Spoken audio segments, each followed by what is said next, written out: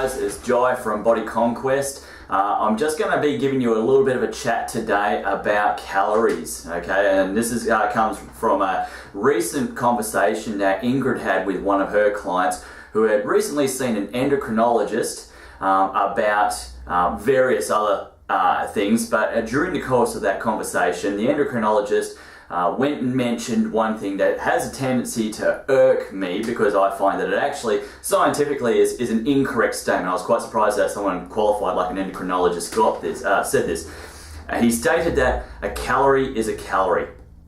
Okay, and so what he was alluding to is basically that it doesn't matter where the calories come from, what type of macronutrients it is, protein, carbs or fat, or even what type of food source those macronutrients are coming from. It's basically all about the calories in and the calories out, okay? And here at Body Conquest, I guess the thing is that what we are trying to teach is actually the complete opposite. We're trying to teach that a calorie isn't a calorie, all right? Now, I guess what would probably start with in talking about this is how our body responds to the different macronutrients, all right? Now, we know for a fact that when you measure the caloric load or the glycemic load in macronutrients, they come up as 4 calories per gram for protein and carbohydrates, so very similar there, and 9 calories for a gram of fat. So you would think that by consuming, say, 1,000 calories in just pure protein and consuming 1,000 calories in just pure carbohydrates, that you should get the same response if you were following that calorie as a calorie. However, we know that our body actually does respond differently to those two different nutrients, okay? When our body takes in protein, it absorbs differently, it spikes different hormones. And this is where I was quite surprised with the endocrinologist's statement of a calorie is a calorie, because endocrinologists, their study is all about hormones, okay? When we absorb protein, it spikes a hormone called glucagon, okay? And glucagon is the opposing hormone to insulin. Glucagon allows us to access our fat stores. And in actual fact, in a lot of studies, it also shows that protein spikes, or actually drops our ghrelin levels. Okay, and ghrelin is to do with cravings and hunger, and so when our ghrelin is down, we feel full and satiated and are less likely to go looking for other foods. As opposed to with carbohydrates, when we ingest carbohydrates, we get a spike in a hormone called insulin. Now, insulin is completely the opposite of glucagon. Glucagon allows that access to our energy stores, our fats and our carbohydrates. Insulin actually drives those carbohydrates or fats or even protein into a storage, okay? Whether that's storing it into your protein synthesis in an anabolic environment, or whether it is storing it as lipid storage in our body fats, that is essentially what we are doing when we have carbohydrates, okay? So they are actually getting two different endocrine responses, two different hormonal responses from essentially what is the same calories, okay? So point one, a calorie is not a calorie when it comes to protein and carbohydrates. Now fats, that's an interesting one as well. Fats seem to react differently based on what type of fats they are as well. Whether it's a saturated fat, a monounsaturated fat, or even your essential fatty acids, our body responds differently to the different types of fats that we get. Okay, so whereas when we ingest, say, a monounsaturated fat or a saturated fat, our body will have a tendency to utilize those in our energy substrates, okay? Quite often they will create a spike in that insulin again, and our body will try to store them either into muscle storage or into fat storage.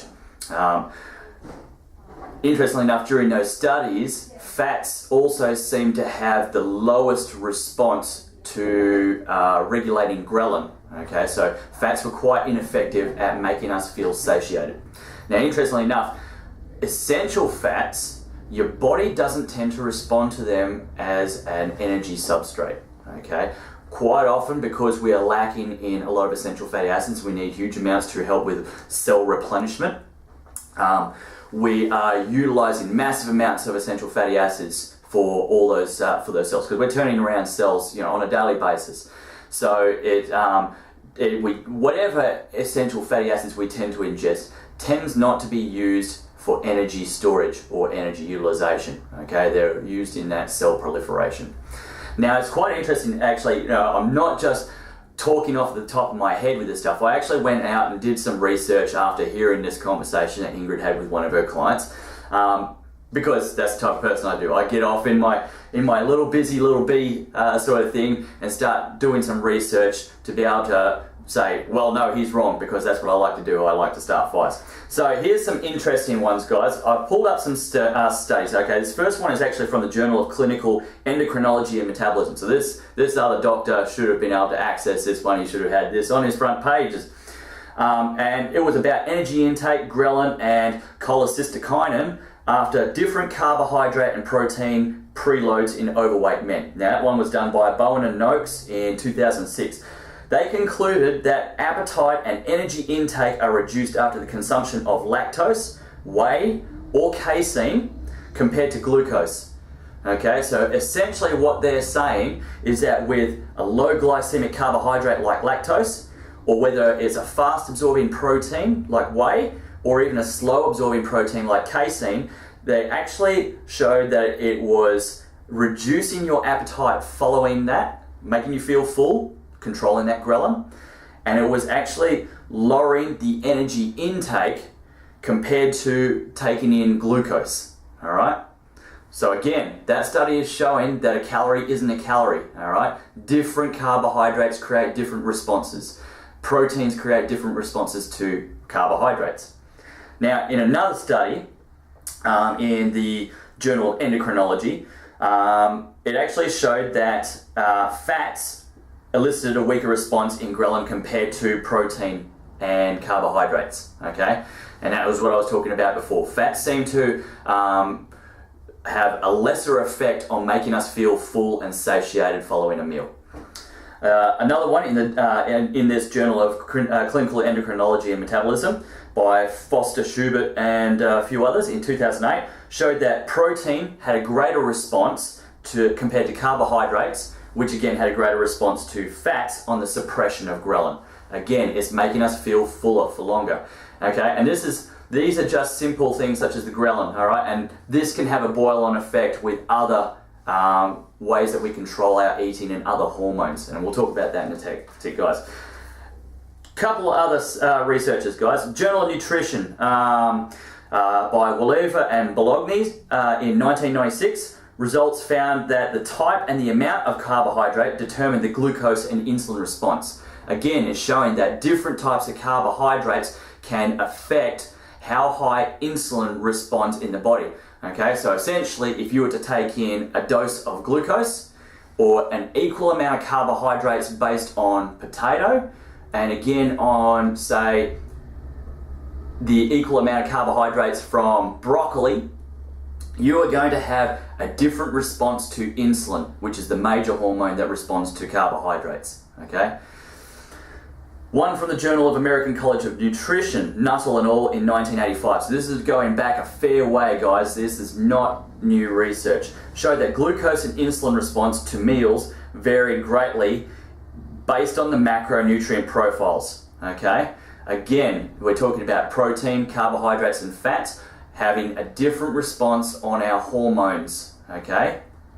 And the last one is actually quite an interesting one, because this is something that Body Conquest always talks about, nutrient timing. So John Ivey, who wrote a book a couple of years ago called Nutrient Timing, and essentially this is what the fat loss course and the foundation course are based on. Okay, he spoke about how carbohydrate intake can actually increase the plasma levels of amino acids when you're combining those two within a metabolic window. Okay, so again, this is talking about utilizing a period of time where we are quite receptive to insulin, okay, around training time, within that metabolic window. If we were just to take in protein by itself, okay, our body will take in some of that protein. It's not as effective as if there was to be a combination of a high glycemic carbohydrate with those proteins. So even if you were to utilize the same amount of calories just simply from a protein shake, or you are actually to take a lesser amount of protein, but then fill up the remaining calories with a carbohydrate spike like glucose or Vitago, you're actually going to induce a greater anabolic response. Okay? So all in all, the results from all these studies show that a calorie isn't truly a calorie. Okay? There are differences between each of the macronutrients and the types of foods that have those macronutrients. Okay? Absorption rates, fiber levels, thermic effects, ghrelin, leptin, insulin, glucagon, all those 4 hormones that are induced when we consume foods, okay? So don't get caught up in the belief that a calorie is a calorie. There is a method to the madness that comes with our meal construction at Body Conquest, all right? So with that in mind, guys, if you enjoyed this video, I'd like to make sure that you click on like on the video, and make sure that you also check out any of the other videos that are popping up in the next few weeks.